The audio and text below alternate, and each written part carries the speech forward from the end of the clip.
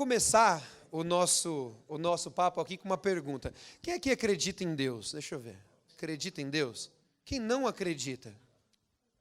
Tranquilo? Provavelmente não levantaria a mão depois da pressão do ambiente. Não levantaria, não é? E é engraçado, eu estou perguntando isso que uma vez eu conheci uma ateia. Eu achava que ateu não existia, porque eu nunca tinha conhecido nenhum. Eu acho que eu só conheci essa e mais uma pessoa. Uma vez eu conheci, e a gente batendo um papo, daqui a pouco ela vira para mim e fala, André, você é muito inteligente para acreditar em Deus.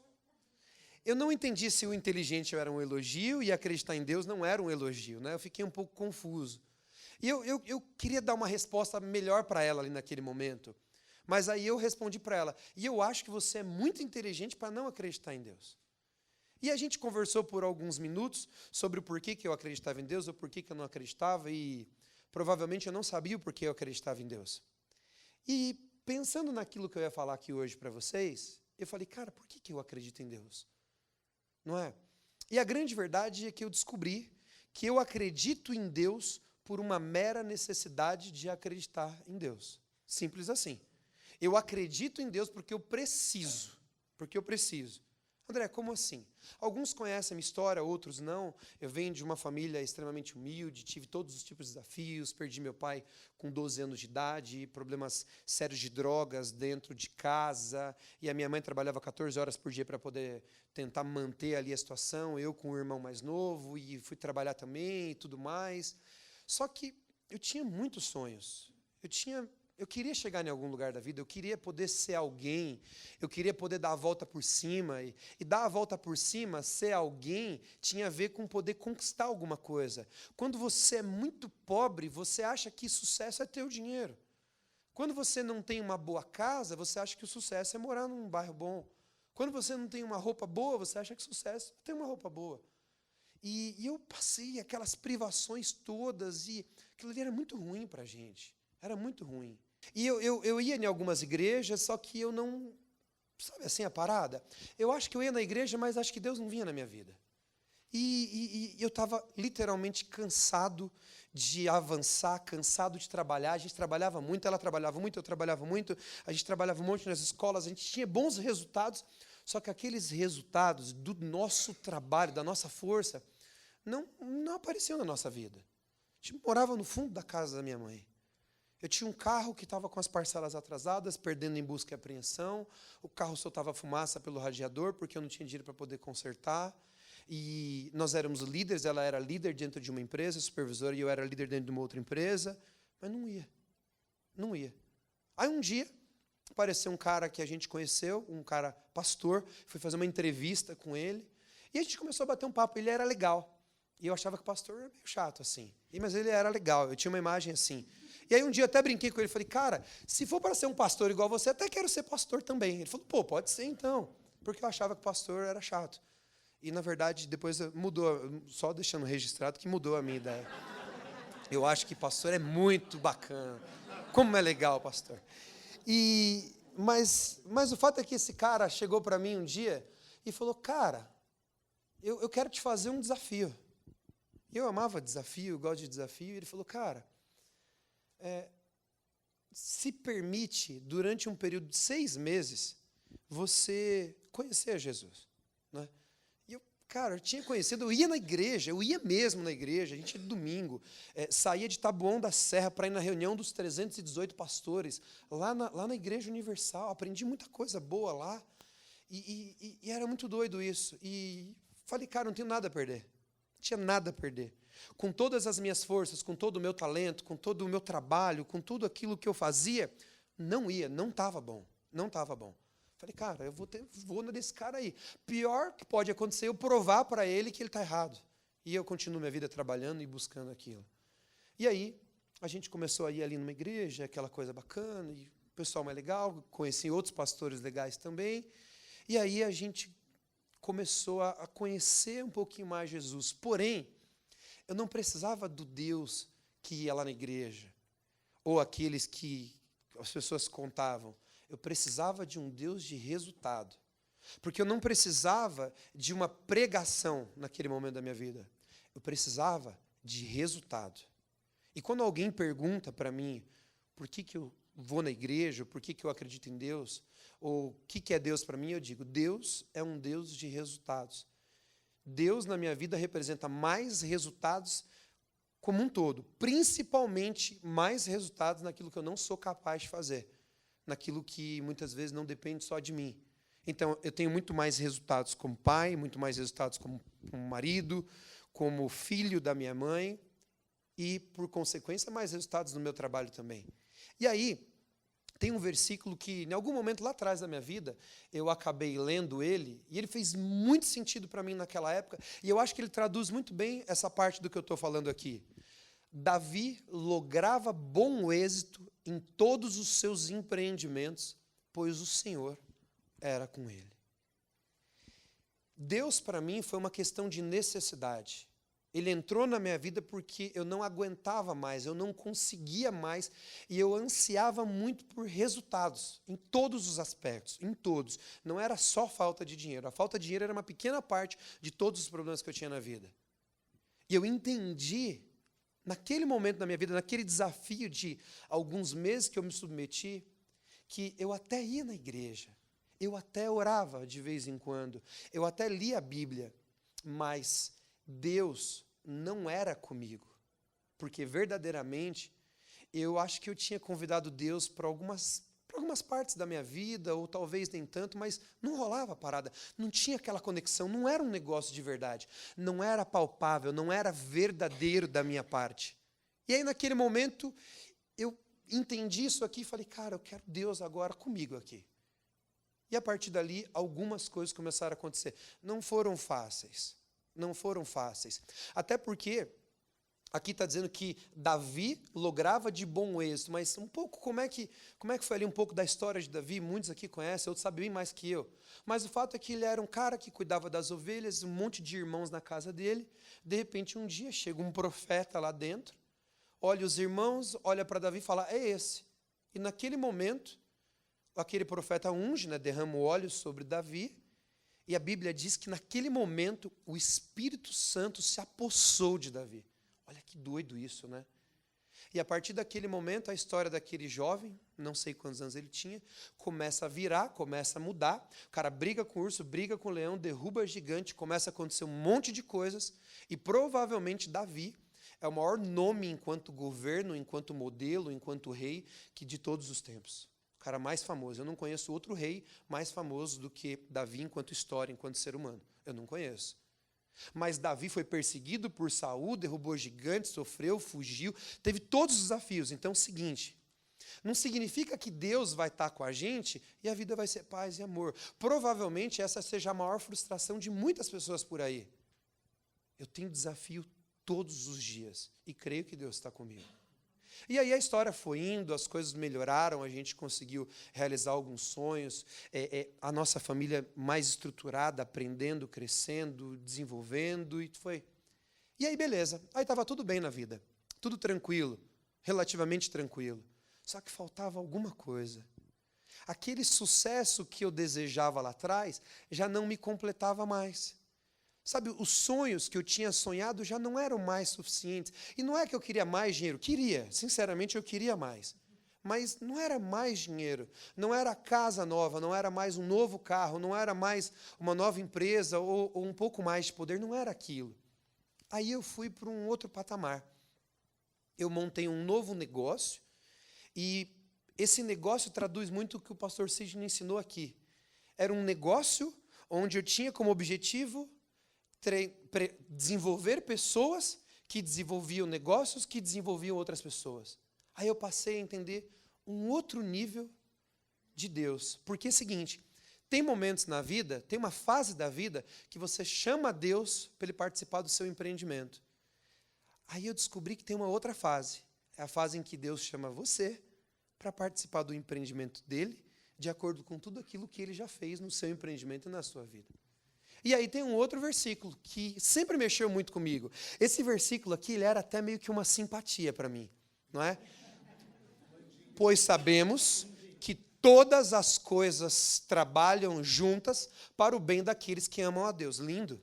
Eu lembro que já aconteceu, de eu estar indo no shopping, procurando uma vaga, e eu recitava esse versículo com o objetivo que uma vaga aparecesse para mim, simplesmente porque todas as coisas cooperam para o bem, trabalham juntas para o bem daqueles que amam a Deus. E eu cria que a vaga aparecia, e já aconteceu de aparecer. Já aconteceu de aparecer. E todas as coisas são todas as coisas. Aí você amadurece.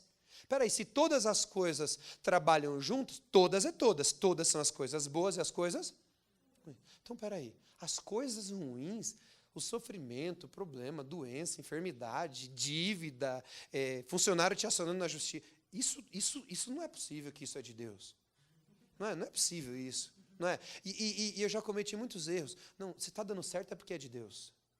E aí eu aprendi uma das frases mais poderosas da minha vida, que diz o seguinte, que o pior fracasso é você ter sucesso naquilo que não era a vontade ou o chamado de Deus para a sua vida. Doido isso, né? E aí, beleza, mas eu acho que eu não tinha lido a Bíblia e eu só recitava a primeira parte, porque a primeira parte era interessante, não é? Mas aí a gente continua lendo. Daqueles a quem ele chamou de acordo com o seu plano. Vamos entender. Pois sabemos que todas as coisas trabalham juntas, para o bem, beleza. Para o bem de quem? Daqueles. Daqueles caracteriza um grupo específico. Não cooperam para o bem de todos, não, para o bem daqueles. Daqueles a quem ele chamou segundo o seu plano, o seu propósito ou o seu projeto. E aí eu passei a experimentar um novo nível de Deus, um novo nível de vida e um novo nível de tudo. Aonde os meus interesses ficaram meio que em segundo plano. Aonde só ganhar dinheiro já não era mais tão legal só ganhar dinheiro, se não fosse para ganhar dinheiro junto com outras pessoas.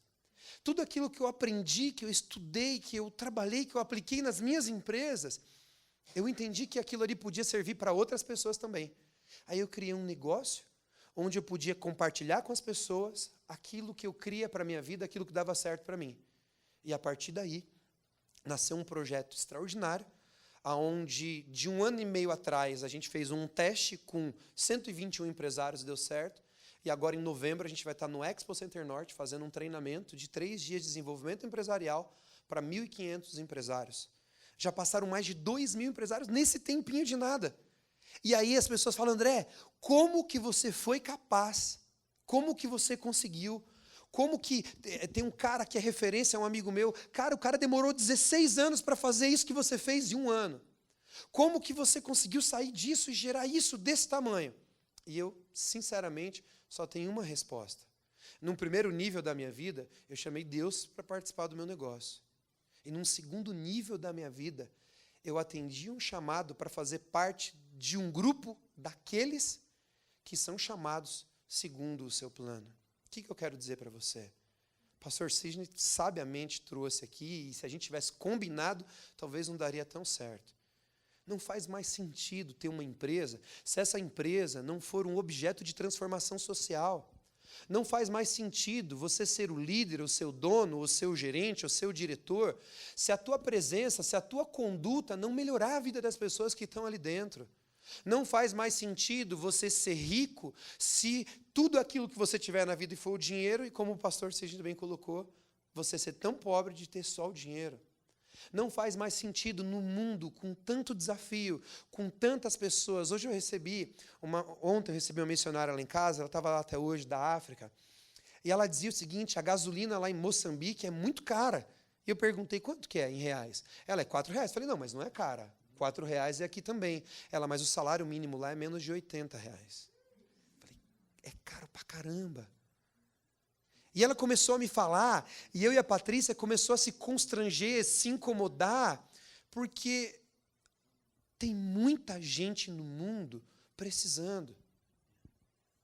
E eu decidi, em algum momento, que eu era um missionário. Mas missionário não é o cara que vai lá para a África e só trabalha lá. Missionário é quem se submete, é quem entrega a tua vida em prol de uma missão, em prol de um propósito que seja maior do que os próprios interesses. Eu estou dizendo isso para você, porque nesse último ano e 1 ano e 8 meses, eu tenho vivido isso como eu nunca vivi. Tenho tido desafios, talvez, também como eu nunca tive. Mas eu nunca me senti tão íntegro, tão satisfeito, tão completo.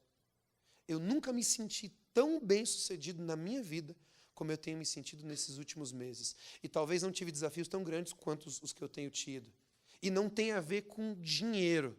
Não tem a ver com dinheiro. Porque até então eu ganhava mais dinheiro nas outras empresas do que nessa empresa nova. Mas eu não estou ali por dinheiro. Eu estou ali por uma missão. A gente até tem um braceletezinho, tem algumas pessoas que estão aqui que são nossos alunos, que diz, sua empresa, sua missão. E eu tenho isso hoje como propósito.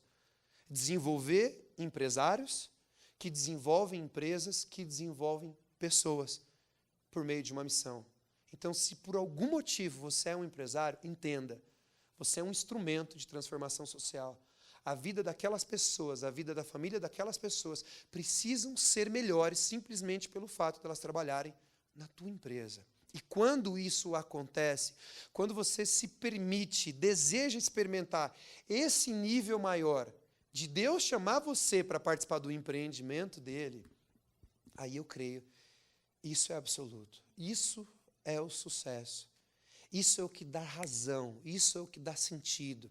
Isso é o que faz valer a pena enfrentar esse monte de desafio que a gente enfrenta todos os dias na nossa vida e todos os dias na nossa empresa, porque a vida é um empreendimento. Fica de pé para a gente poder fazer uma oração, para a gente encerrar. O meu desejo é que verdadeiramente você seja um missionário. Alguns podem até ser um missionário no modelo que vai lá e que viaja e faz todas aquelas coisas legais. Mas para você ser um missionário, você só precisa se submeter e entender que você faz parte de uma missão. E aí você pode ser um missionário no teu trabalho, na tua empresa, minimamente dentro da tua casa.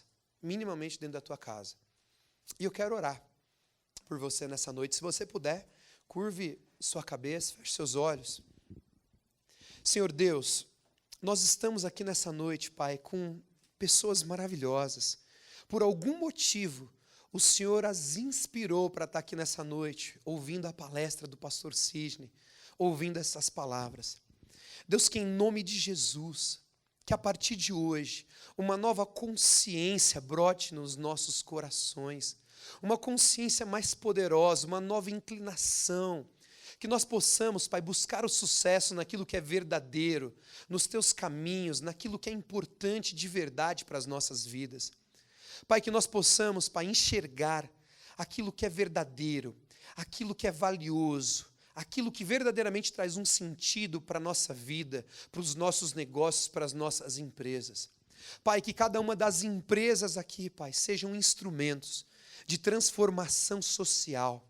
Pai, em nome de Jesus, faz cada uma dessas pessoas aqui bem-sucedidas, Pai. E que elas tenham, Pai, visão necessária, estratégia, Pai, recursos necessários para que elas sejam muito bem-sucedidas, mas que o coração seja próspero ao ponto delas entenderem que sucesso não é sucesso quando nós temos sucesso sozinho, Pai. Que a família delas seja próspera, que negócios novos, que novas oportunidades, que novas portas, Deus, possam se abrir a partir desse momento, não pelas minhas palavras, mas pelos planos, Pai, que o Senhor tem sobre a vida de cada um aqui nessa noite. Que todas essas coisas, Deus, aconteçam para a Tua honra e para a Tua glória. Em nome de Jesus. Amém. Dê uma salva de palmas para Jesus, bem forte, mais forte, mais forte. Se fosse para mim já estava bom, mas toda a honra e toda a glória. Que você possa prosperar, que você possa crescer em graça e sabedoria. E que nesses próximos 15 dias até o Eagles, você possa colher frutos de tudo aquilo que você aprendeu aqui e de tudo aquilo que você vai aplicar a partir de agora.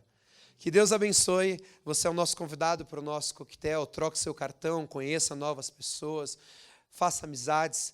Descubra como a gente pode contribuir uns com os outros. Vamos exercer essa economia compartilhada. E a gente se encontra de novo em 14 dias. Que Deus abençoe. Obrigado, gente.